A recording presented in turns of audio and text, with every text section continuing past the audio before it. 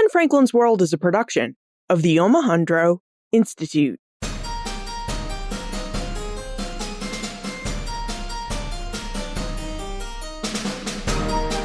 Hello, and welcome to episode 286 of Ben Franklin's World, the podcast dedicated to helping you learn more about how the people and events of our early American past have shaped the present-day world we live in. And I'm your host, Liz Covart. Who is American democracy for? And who could participate in early American democracy? Women and African Americans were often barred from voting in colonial and early republic elections. But what about Native Americans? Could Native Americans participate in early American democracy? This is a sticky question, because many Native American peoples, then and now, belong to sovereign Native nations. So to answer our question about whether Native Americans could participate in early American democracy, we also need to explore how the sovereignty of Native nations relates to and fits within the sovereignty of the United States. Fortunately for us, we have two great and knowledgeable historians who can help us answer our sticky question: Kathleen Duvall and Julie Reed. Kathleen Duvall is the Bowman and Gordon Gray Distinguished Term Professor of History at the University of North Carolina, Chapel Hill.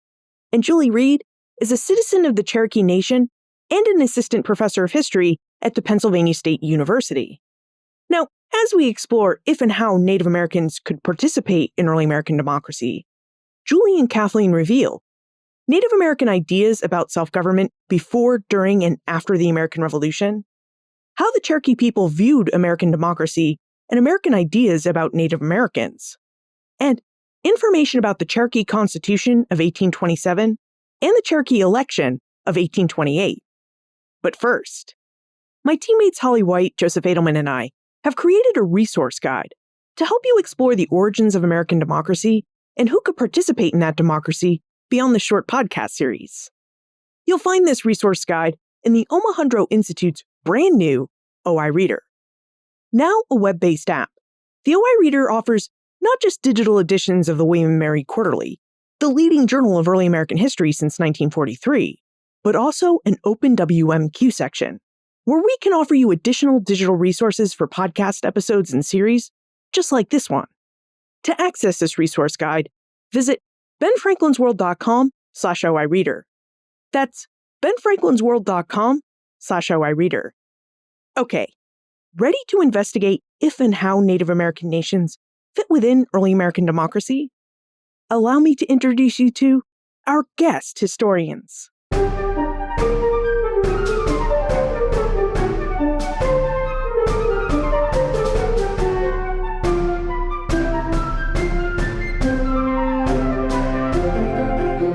Joining us, we have two guests.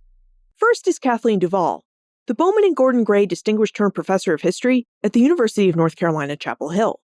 Kathleen is an expert on the history of early America, particularly on cross-cultural relations on North American borderlands. She's written and co-written several books, including Independence Lost, Lives on the Edge of the American Revolution, which you may remember from episode 37. Our second guest is Julie Reed, an associate professor of history at the Pennsylvania State University. Julie is a historian of Native American history who specializes in the history of Southeastern Indians and the Cherokee people. She's written several articles and a book, Serving the Nation, Cherokee Sovereignty and Social Welfare, 1800 to 1907. Welcome to Ben Franklin's World, Kathleen Duvall and Julie Reed. Thank you. Good to be here. Now, scholars have argued that part of the reason the American Revolution and its war for independence took place was because British North Americans wanted the right to govern themselves and to be represented in their government. Kathleen, would you help us gain a better perspective on what Native Americans thought in general about the idea of self-government in North America, especially around the time of the American Revolution? Well, Native Americans very much believed in self-government, by which they meant governing themselves, right? They were still in their own independent nations. Now, by the time of the American Revolution, there were some Native people who had faced disastrous violence at the hand of colonists, and some of them had lost their independent nationhood. Some of them lived right within colonies and were part of colonies.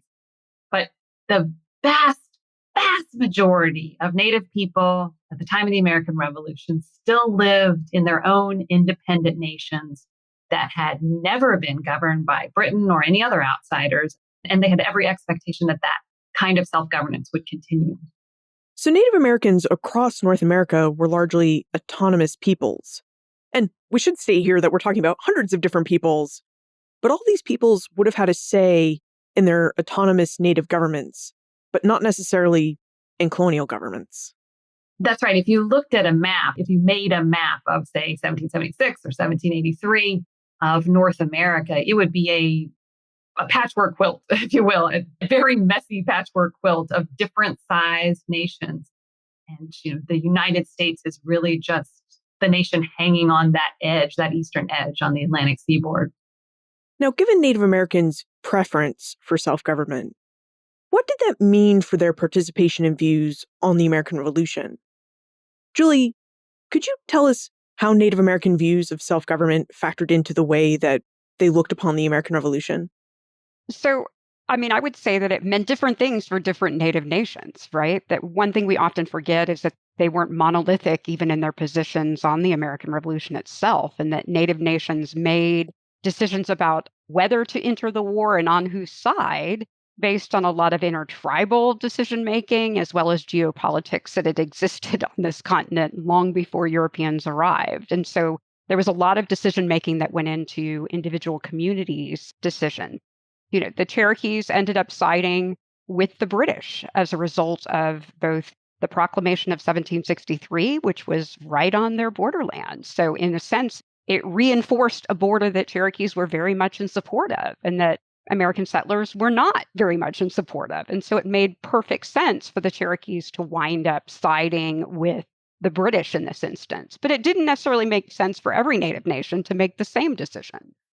That's a really good reminder, Julie, because we are speaking generally here about hundreds of different peoples with their own languages, traditions, and cultures. So we can better understand what American independence and American self-government meant for some Native peoples and their traditions. Why don't we focus on one people, the Cherokee? How did the Cherokee receive the news of the American Revolution? Kathleen, could you tell us about this? So I think it's important to remember the Cherokees they still have a huge country in this era. It's parts of South Carolina, North Carolina, Tennessee, Georgia, Alabama, basically the whole Southern Appalachians. And they've had a century of interactions with Europeans. And so, as Julie said, Cherokees looked to the British government to enforce the British government's own proclamation of 1763. That proclamation of 1763 says British colonists are supposed to stay off native land unless they have permission by both natives and the crown to be there. Now, it's not every colonist is following it. Most colonists, as Julie said, are opposed to it. But so when this empire splits, Cherokees see the two sides as the colonist side is the problem. Those are the people who are illegally settling on Cherokee land, illegal both in Cherokee law and in British law.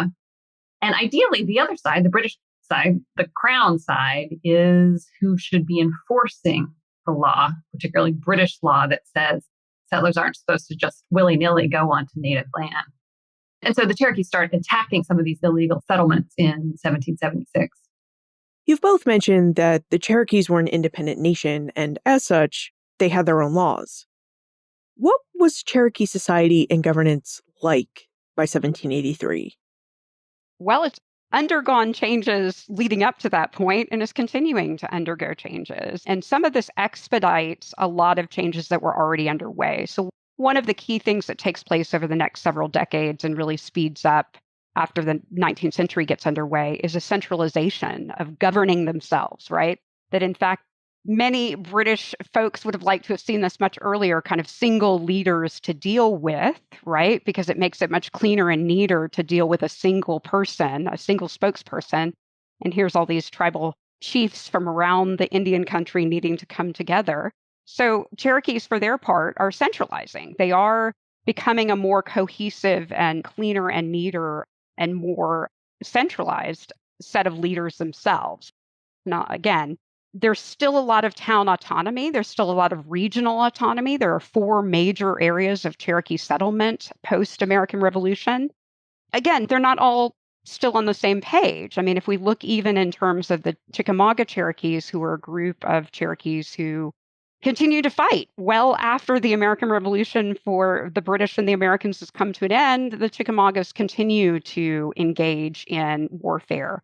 They've even kind of moved themselves further south in closer proximity to old Creek towns in Alabama and in the southernmost portions of the Appalachian region in order to better fortify themselves and in alliances with some of these Creek folks as well. And so, in that regard, yes, they're centralizing, but there still isn't unity of decision making amongst all Cherokee people about how to move forward in this post American Revolution moment. And there will be more clarity around some of this moving forward, but it's still a slow process. It's still undergoing change. And obviously, the American Revolution was particularly deadly for Cherokee people. There were coordinated attacks on the part of the Carolinas in particular, taking on Cherokee settlements and towns. In a huge proportion, 43 towns were kind of attacked and burned and wiped off the map. And so we need to remember that this is also a period where there's a lot of flux in terms of where people are residing. There's a lot of flux in terms of larger movements of Cherokee people in this larger area. And again, there isn't a unified agreement about how best to move forward, even at the same time that there is a centralization process happening. So it sounds like the Cherokee had several different governments and many different local interests competing for some power as the larger Cherokee Nation's government and interests were centralizing and consolidating. And it's really curious because if you think about it, what the Cherokee were experiencing in terms of all of this negotiation of power and trying to centralize, consolidate, and form a central government, while also contending with all these local interests, that's a process the American people would have been very familiar with, as the new United States was also trying to figure all of this out, in terms of creating a centralized government while also contending with local and regional interests of its 13 member states, and the fact that each of those member states really wanted its own power to govern as well. With this similarity in mind, how did the Cherokee approach their dealings with the new United States government? And how did the new United States government approach its dealings with the Cherokee? Did the new United States view the Cherokee as an independent and sovereign people? The treaties would indicate they did. I mean, you don't forge treaties with people that you don't feel you need to go to the negotiating table with. And so if we use treaties as one means of understanding the relationship between early American government and Cherokees, then in fact, yes, they were putting Indian agents in place in order to have kind of an ongoing relationship with tribes throughout the Southeast still. And so this is further indications that they feel like they need kind of these ambassadors in the midst of Native nations to both continue making sure agreements are being met and fulfilled, and at the same time to anticipate future agreements that need to be made. So just looking at it from that standpoint alone, and there are other markers we could certainly use, but if we're using treaties and the idea of kind of Indian agents as ambassadors, then absolutely. The young United States absolutely sees Native nations as sovereign. And the United States is just following in the footsteps of Britain and France and Spain, that none of them ever questioned whether Native nations were sovereign. And it was always a diplomatic relationship. It was always a matter of foreign policy.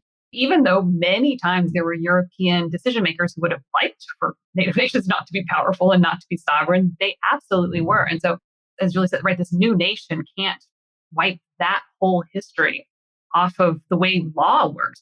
The Cherokee say over and over, according to your own laws, not just ours, but your own laws, we are a sovereign nation. One of the narratives that I think is familiar to a lot of us is the fact that Thomas Jefferson and many of the American founders had often said that one of the goals of the United States was to, quote, civilize and assimilate Native American peoples into American society and culture. Julie, could you tell us about these ideas and how the Cherokee responded to them? Well, these quotes go even further. There's our blood will mix with your blood, right? That it goes even more intimate, perhaps, than just some of these outward trappings, right? And I think that this is a moment when we can look at federal Indian policy as being one of lots of promise.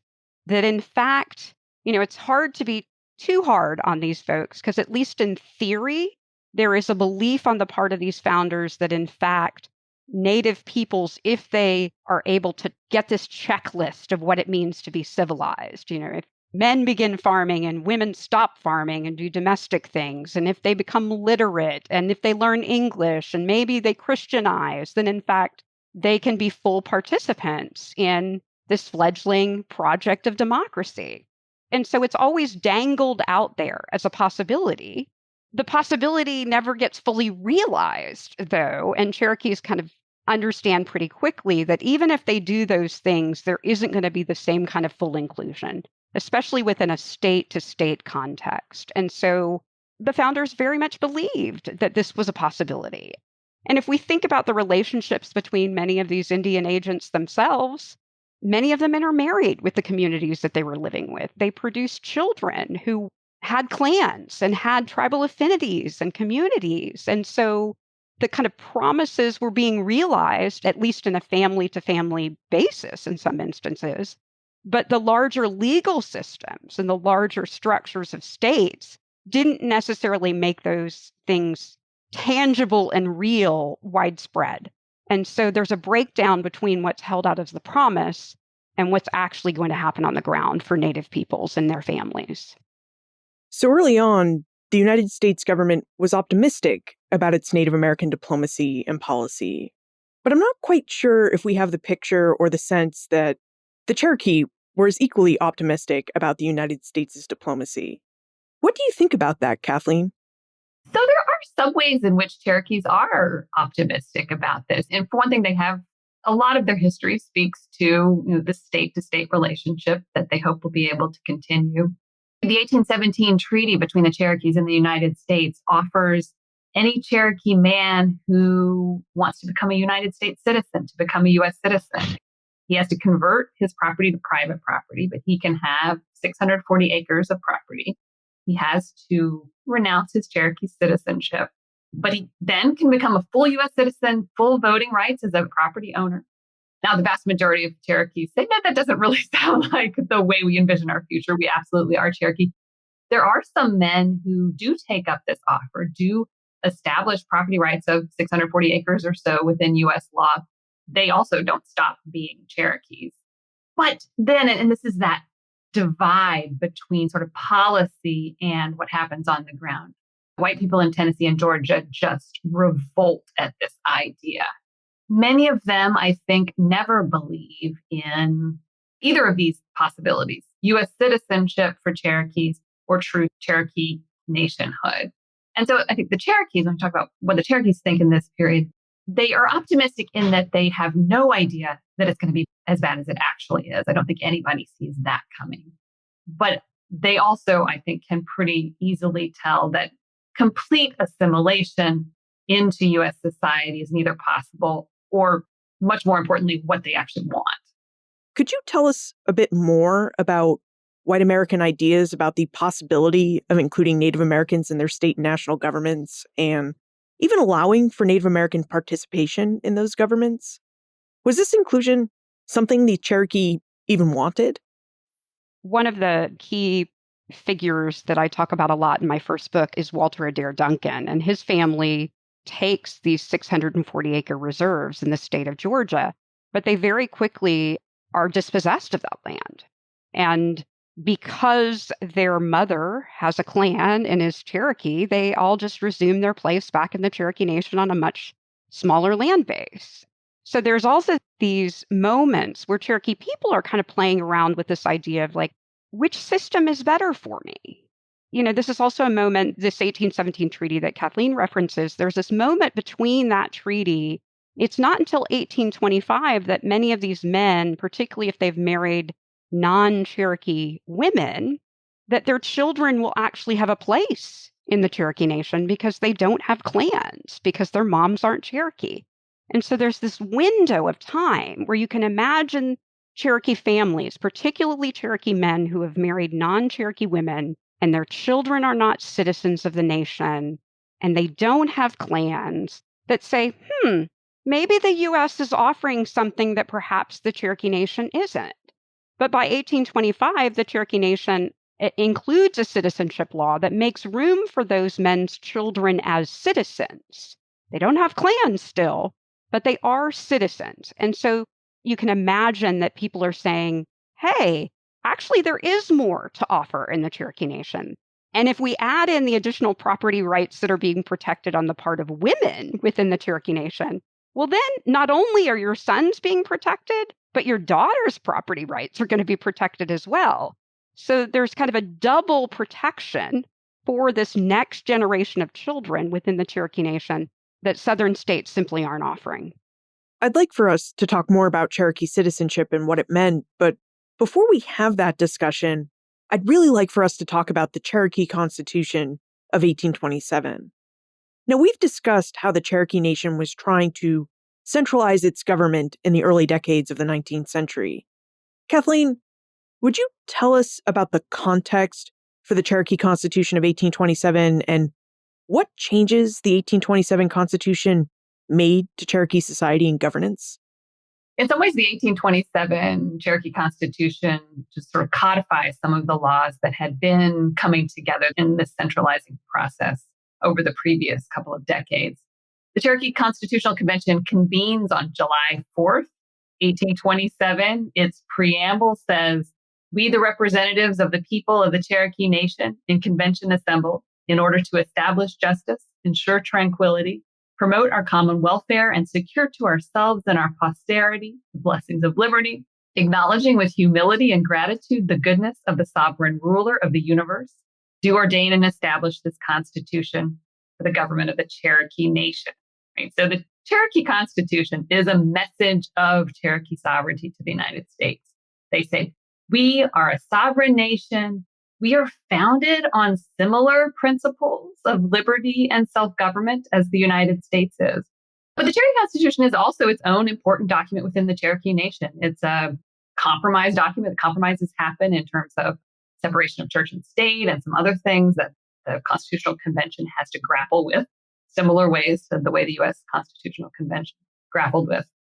And I think it's important to remember these Cherokee delegates really were, as they claim in their preamble, representatives of the people of the Cherokee Nation who hope to ensure justice and tranquility and liberty and promote their common welfare. The very first article of the Cherokee Constitution specifically outlines the borders of this nation, including its borders with Tennessee, with North Carolina, with Georgia, with the Creek Nation. And it declares in no uncertain terms, this first article says, "The sovereignty and jurisdiction of this government shall extend over the country within the boundaries above described, and the lands therein are and shall remain the common property of this nation." So there are all these debates going on in the Cherokee Nation, compromises in the law that people don't like parts of the Constitution.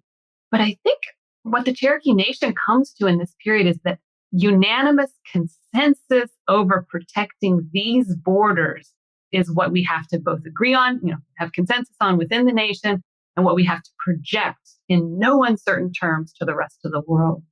Yeah, and just to take that point even further, I think one of the kind of interesting pieces about this is that the Cherokees did not include a Bill of Rights. They did not include kind of this, let's now talk about individual rights and what we need to protect, right?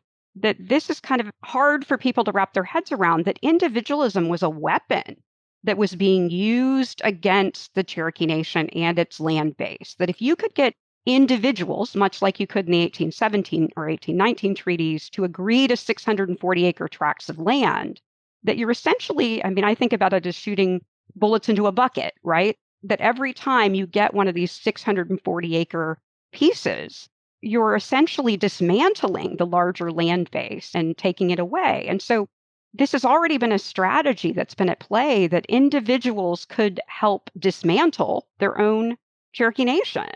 And so I don't think it's an accident. I don't, it's part of this kind of larger compromise. It's certain that some Cherokees would have been very interested in individual rights. And we certainly have evidence that actually in the first article, kind of the second half of the first article, there's a lot of talk of private property. So it's not that they're ignoring property rights necessarily, but that they want to make clear that they are privileging the community as a whole and the communal lands as a whole over the individual ability to perhaps undo that land base through other strategies that the federal government may come up with. Lots of scholars talk about constitutions, declarations of independence, and bills of rights as documents that were designed to solve specific problems at specific times. Could you talk to us a bit about why the Cherokee felt they needed to draft a constitution in 1827? There are different Cherokees who think different things about the centralization process that's been going on for a while now, before 1827. And so there are a series of controversial meetings that happen even before the Constitutional Convention of groups of Cherokees. And I don't know what happens in those meetings, but somehow people with very different views about some things within Cherokee society come to this consensus that protecting the borders of the nation is the most important thing, and that writing a constitution, which I think many don't support at the beginning, is the way to do that, that it's this external message to send.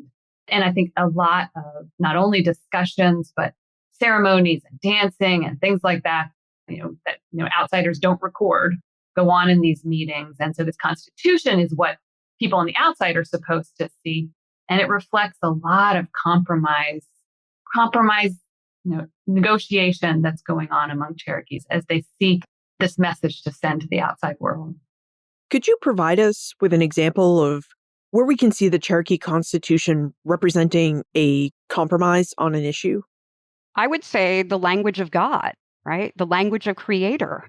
That this was actually a point of major contention leading into the Constitution itself. There's something that's referred to as White Pass Rebellion, where there were a group who were adamantly opposed to what was happening. And one of their particular concerns, and we don't know all of them, we only have notes about the event, not the notes of the event itself, that there were real concerns about kind of the overwhelming use of kind of Christian language as opposed to a more cosmologically rooted Cherokee language of spirituality and the divine, right? And so the fact that you're not seeing the language of God or Jesus, or a number of other ways that perhaps these things could have been expressed, is one of those. So the other things that you see in the Constitution is commitments to education that were more secularized. And some of these aren't realized immediately, but there is a desire on the part of many local people to have more control over the education being offered by missionaries in particular. And so there is a strong push to get certain kinds of funding and certain kinds of educational institutions that will not be under the control of missionaries. So you're seeing a couple of these things play out at various points, but those are two examples that I can think of. There's actually a Cherokee law before the Constitution that has an oath for office holders that does include God and is quite Christian sounding. So in effect, that law is repealed by the Constitution. I think that's one of the places where you can see the compromise. It's not all this just sort of push toward one way of thinking. Now, what about the government established by the Cherokee Constitution of 1827? One of the major functions of a constitution is to provide a structure of government for a nation. So, what was the structure of government for the Cherokee Nation? So it becomes effectively a two-house body of Congress. There's the National Committee and the National Council. Both are elected bodies. And by this point, there are electoral districts based somewhat on these older districts that elect their own representatives. There's also a principal chief and a second chief who have fairly different responsibilities within the government. And then there's this whole other sort of system that we could also see as government that I think Julie knows more about than I do, which is clans and women's property, rights and control over property. And then this national government that we tend to focus on from the outside has very little to do with that part of Cherokee governance that's going on farms and towns.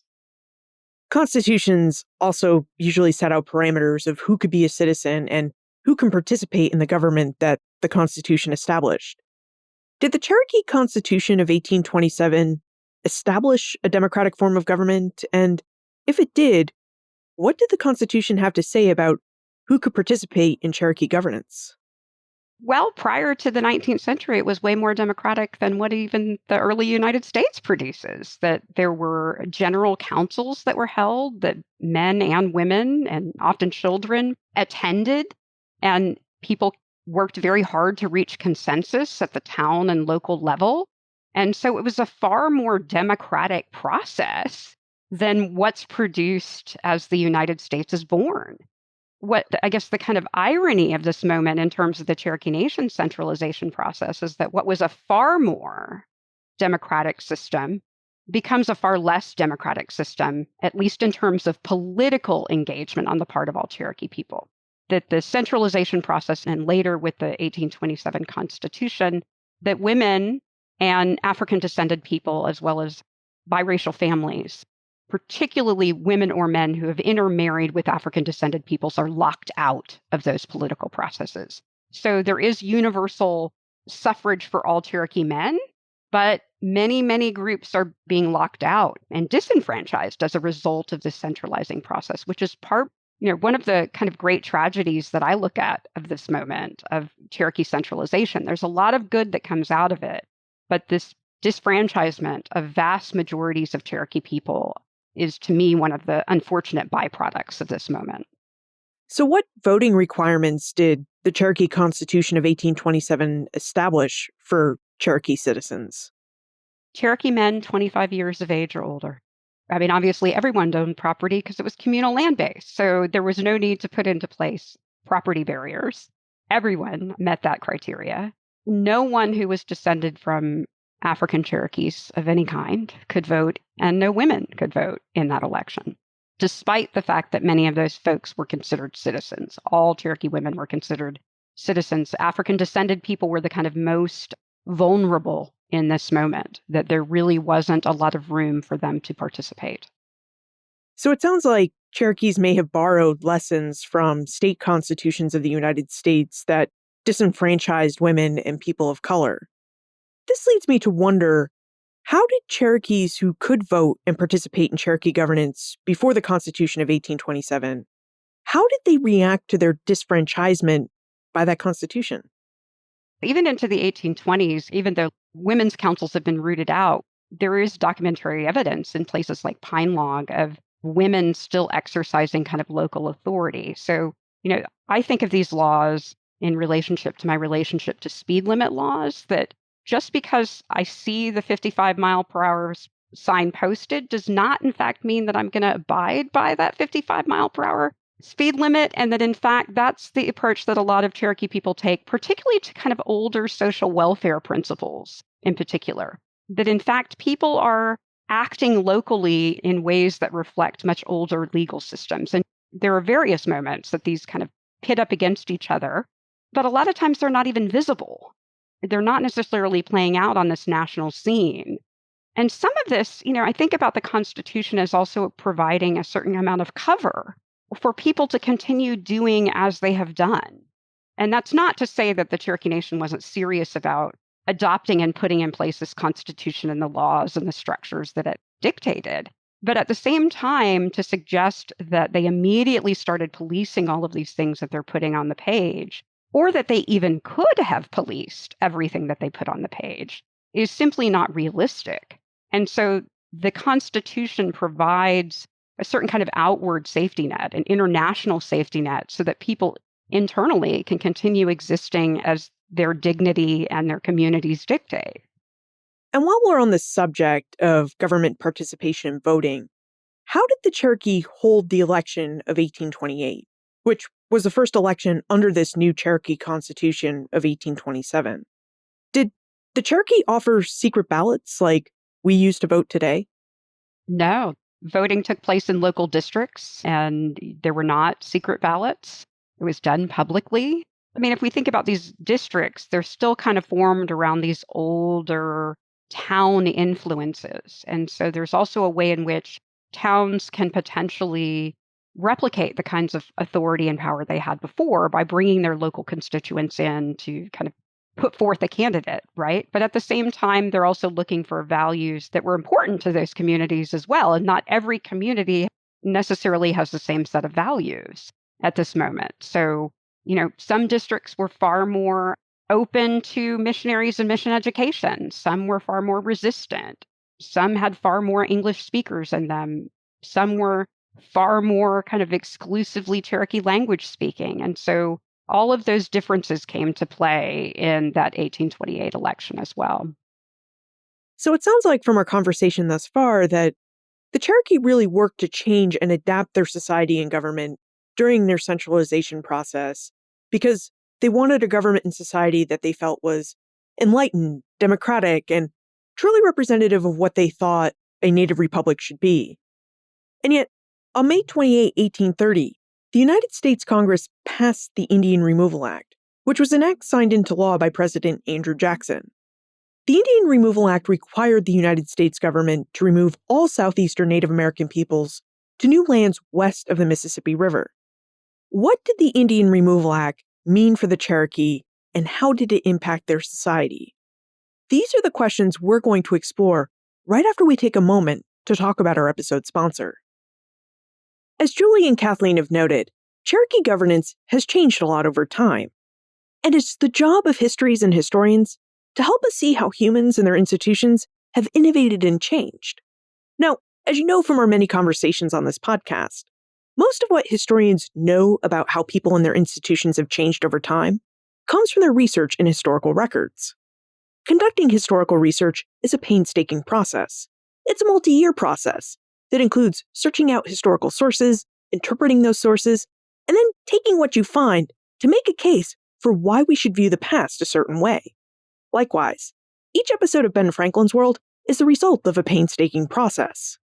Each minute you hear on this podcast is a result of 1 hour of the audio team's labor. Now, the Omohundro Institute and I are committed to putting in this work because we want you to have access to well-researched history and information about the early American past. But this commitment takes a lot of resources, and we could really use your help. This is why I'm asking you to support our work by joining the Ben Franklin's World subscription program. Your subscription of $5.99 per month or $60 per year will help us continue to produce the high-quality episodes you've come to love. Episodes that skip hyperbole and provide solid historical research on complex issues. Plus, you'll also be supporting a podcast that finds its way into classrooms and study guides, lunchtime learning sessions, and extended dinner-time conversations. As a thank you for your support, you'll receive a monthly bonus episode on the last Friday of each month, and you'll never have your episodes interrupted again with ads like this one. Please become a subscriber. Join our subscription program, benfranklinsworld.com/subscribe, and help us continue to bring exciting new historical scholarship right to your ears. Join us at benfranklinsworld.com/subscribe. Kathleen, would you tell us about the Indian Removal Act and how the act impacted the Cherokees and their ways of life? So Andrew Jackson's election really changes everything for Indian sovereignty. The first way that the Cherokees see it is actually after he's elected, before he's even inaugurated. It basically gives license to Georgians who have been wanting to do this a long time, but have been kept from doing it by the Cherokees and by the U.S. government. They just start coming onto Cherokee land. The Georgia state legislature basically outlaws the Cherokee Nation. Georgia passes a series of laws outlawing the National Council, so basically, overtly outlawing the Cherokee government, which obviously they don't have the right to do. They forbid the Cherokee Nation from charging fees and tolls on their ferries and roads, which is one of the ways in which a government in the early 19th century makes money. Georgia says, no, Cherokee Nation can't do that anymore. They call the editor of the Cherokee Phoenix newspaper in front of the Georgia Guard. The Georgia Guard is this new militia created to police the Cherokee Nation. So these things happen even before the Indian Removal Act is passed. Now, in the 1830s, Congress still, as we were talking about before, Congress still defines Native nations as something you have to make treaties with, right? So even the Indian Removal Act says the United States needs to make treaties with Indian nations for removals. So for Cherokees in 1830, the Indian Removal Act doesn't seem like the greatest threat. They have created this stance to the United States that says, no, we aren't going to make land cessions. They've created a consensus really within the people who are left within the nation that they won't agree to any treaties.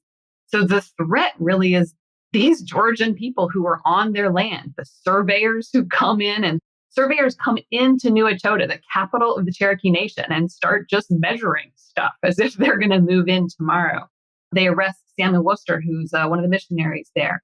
And Georgia says, if you're a white man living in the Cherokee Nation, you have to swear an oath to Georgia because the Cherokee Nation is Georgia. Worcester says, I'm a U.S. citizen living in the Cherokee Nation. I don't need Georgia's permission to do that. So the Cherokee Nation takes Georgia to court. U.S. Supreme Court basically agrees with the Cherokee Nation in Worcester versus Georgia that Georgia's laws have no force within the nation. But the election of Jackson means that there's no executive to enforce the Supreme Court's decision. And then the Indian Removal Act does become the real threat to the Cherokees when they've lost that international support. And what about Cherokee government? What did the Indian Removal Act of 1830 mean for Cherokee governance? It moved west, but it also created a kind of a crisis of what is sovereignty to some extent. What is native nationhood? And, one of the central questions that Cherokee people have to ask throughout this period is, are we a nation because we live on these lands, our homelands? Or are we a nation as a result of laws that can be physically transplanted somewhere else, right? That there's kind of a fundamental question that comes up between key leaders in the nation about what does it mean to be a sovereign nation and how do we continue to exist as a sovereign nation in light of Indian removal? I think it's also worth noting that there are kind of the big fights of elites, and then there are the everyday terror that on the ground Cherokee people are facing. And so once you unleash Southerners, it means that you can be robbed. It means that you can be raped. It means that you can be beaten. It means that you can have your property taken, and there is simply no recourse for you. And so, I always think about kind of these big, high political and legal disputes that are happening, but also the kind of on the ground experiences of everyday Cherokee people that are happening as a result of this as well. And it ultimately will rip the Cherokee Nation apart, literally and kind of metaphorically. And divides continue to be real today for those of us that are Cherokee. Divides between the treaty party who winds up signing the Treaty of New Echota in 1835, agreeing to removal, which is an unlawful treaty, versus the National Party who were behind Principal Chief John Ross, who opposed removal, that those divides cost additional lives within the nation, and that violence also got turned inward in a lot of ways. And that violence, has had profound implications for generations of people, both pre and post removal. Now, we've been talking about early America and how the Cherokee Nation as a sovereign nation lives within its own territorial boundaries, which exist within the larger territorial boundaries of the United States. And as we've discussed, things change over time. Julie, once the Cherokees were removed from their homelands in the Southeast, how did the Cherokee history of sovereignty, territorial boundaries, and who could participate in the Cherokee and American democracies play out for the Cherokee Nation?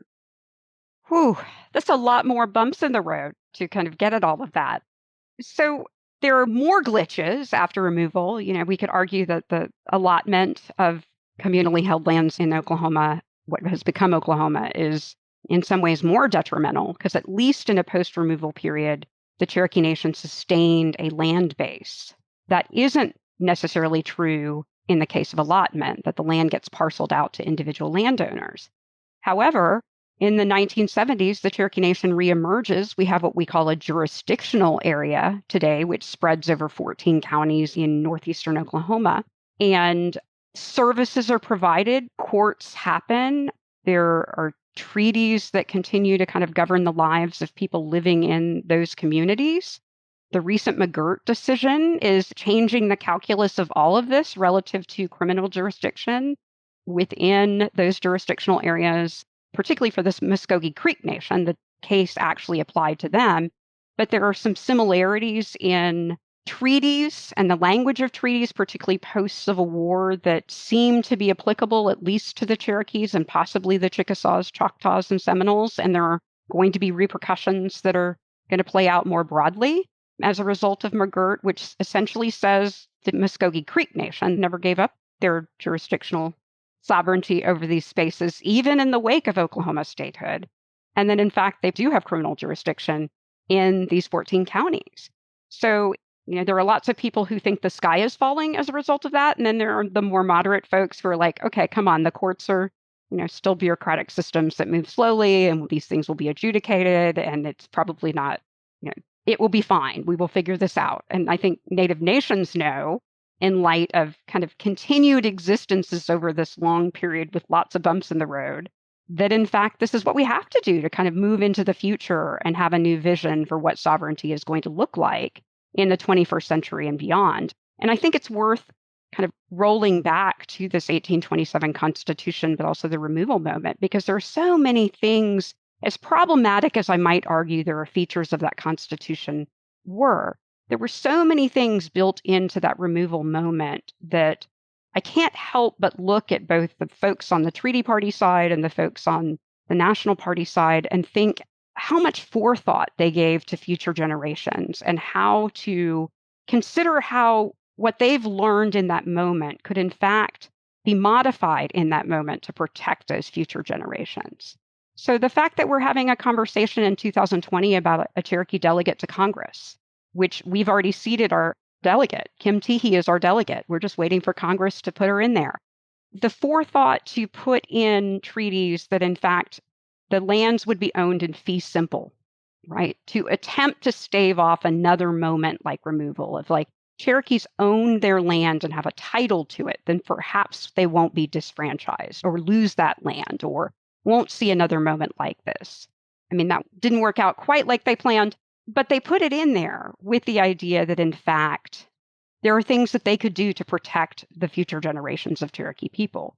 And I think that even leaders today, as we think about this McGirt decision, one of the great challenges that they have before them is like, how can we be as thoughtful as the leaders who came before us? How do we make sure that what we're doing today is generative for future generations? And I think we have a lot to live up to in terms of the kind of forward thinking and really thoughtful measures that Cherokees took in this removal era, in this moment of Constitution writing, that have implications for us today and continue to protect Cherokee people today.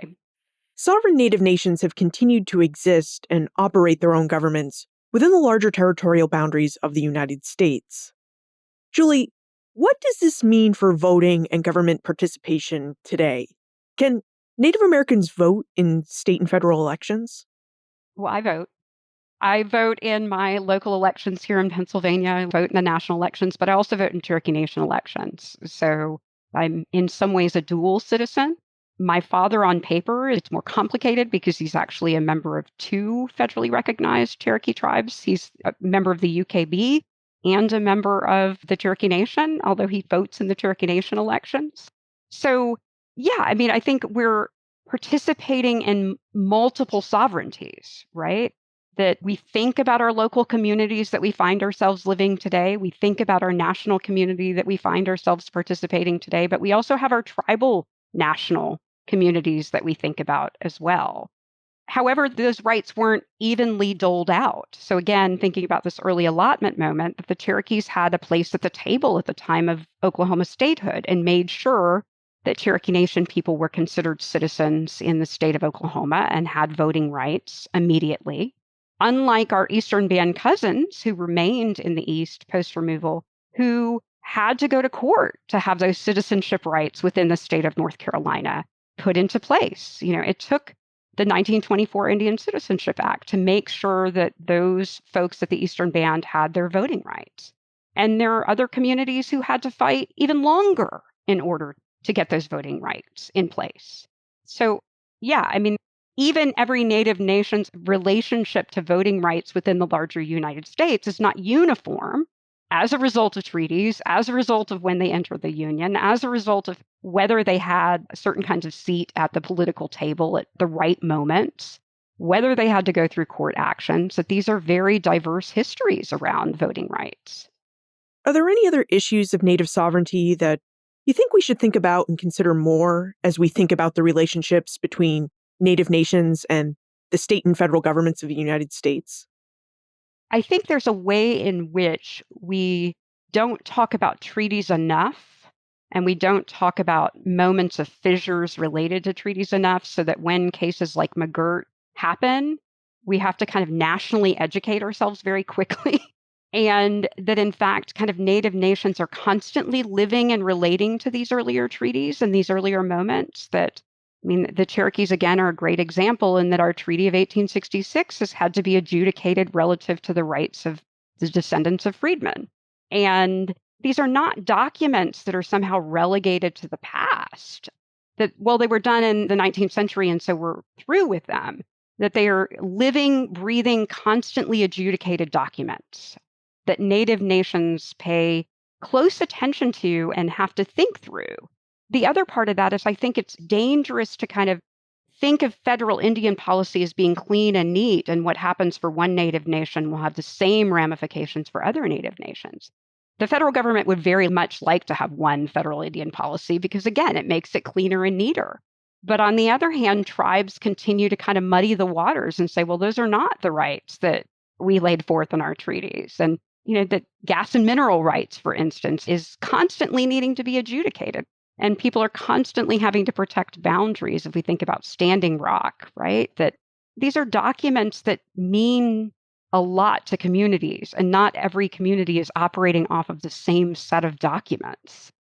So figuring this stuff out for the layperson is often incredibly complex and requires a lot of kind of on the ground learning when these kind of cases emerge, like McGirt, where it's like, oh my goodness, we hadn't even thought about Native sovereignty. What is that? And, we have to rely on Samantha Bee to kind of quickly give us a quick and dirty on the Family Dollar account, that these things have to be explained and offered to the larger public, because it's easy to kind of forget about Native sovereignty in the everyday. Yet, for Native people, they don't have the option to just forget about Native sovereignty because it is impacting their daily lives still in all sorts of ways. Julie Reed and Kathleen Duvall, thank you so much for joining us and for helping us better understand Cherokee sovereignty and democracy and the relationships between Native governance and United States governance. Native nations like the Cherokee are sovereign nations. Their territorial boundaries may exist within the larger territorial boundaries of the United States, but these are independent nations with their own governments, laws, and customs. Now, given that native territorial boundaries exist within the larger territorial boundaries of the United States, citizens of native nations are also citizens of the United States, as per the United States' 1924 Indian Citizenship Act. This means that many Native Americans have a vote in their local, state, and tribal governments, and in the United States government. With that said, Native Americans haven't always had a vote in the democracy of the United States. From the earliest days of the early republic, the United States followed in the footsteps of Great Britain, Spain, and France by negotiating with Native nations as sovereign nations. However, when the United States could not achieve its desired ends through diplomacy, like negotiating for a cession of all Native claims to southeastern lands, it pursued domestic policy that called for acts like the Indian Removal Act of 1830, which forced Native Americans in the Southeast to move west of the Mississippi River. For their part, the Cherokee existed and persisted as best they could. They treated with the United States, tended to their own tribal government, evaluated offers of American citizenship in the early 19th century, and when it suited them, they drafted a constitution and structure of government that the United States would have recognized as democratic. Still, when we look at the Cherokee Constitution of 1827, we can see that the Cherokee formed their democracy on their terms. In the democracy formed by the Cherokee Constitution of 1827, only Cherokee men could vote. On paper, this changed the ways that Cherokee women and Cherokees of African and African descent could participate in Cherokee governance. The Cherokee Constitution of 1827 disenfranchised women and Afro-Cherokees. However, as Julie noted, this constitution wasn't always followed on the ground in local communities. In local communities, Cherokees still practiced older customs, which allowed Cherokee women and those of African and African descent to still have a say in their local governance. And this brings us to an interesting point. The process of creating democracy and defining who that democracy is for and who can participate in it is a process. Democracy is something that seems to evolve and change with each generation and culture. And as we've heard from Kathleen and Julie, this process of evolution and change isn't unique to the democracy exercised by the United States. It applies to Native American democracies too, and quite possibly, it applies to all democracies. Look for more information about Kathleen Duvall, Julie Reed, their books, plus notes and links for everything we talked about today, all in the show notes page. benfranklinsworld.com/286. Don't forget to check out the Early American Elections Resource Guide that Holly, Joe, and I created for you. You'll find it in the OI Reader's Open WMQ section, which you can access quickly and easily by visiting benfranklinsworld.com/OI Reader. On Wednesday, October 28 at 8 p.m. Eastern, Holly, Joe, and I will be live in the Ben Franklin's World listener community on Facebook. We'll be there to chat with you and to answer your questions about voting, campaigns, and elections in early America. To participate in this conversation is absolutely free. You just need to be in the listener community at 8 p.m. Eastern on October 28. And if you're not yet a member of the Ben Franklin's World listener community, it's quick and easy to join. Visit benfranklinsworld.com/Facebook. Production assistance for this podcast comes from the Omohundro Institute's digital audio team. Joseph Edelman, Martha Howard, Holly White, Karen Wolf, and Peyton Young. Breakmaster Cylinder composed our custom theme music. Finally, our series on early American elections and voting concludes next week with Joseph Edelman, who has created an episode for us about early presidential elections and the development of the Electoral College. Ben Franklin's World is a production of the Omohundro Institute.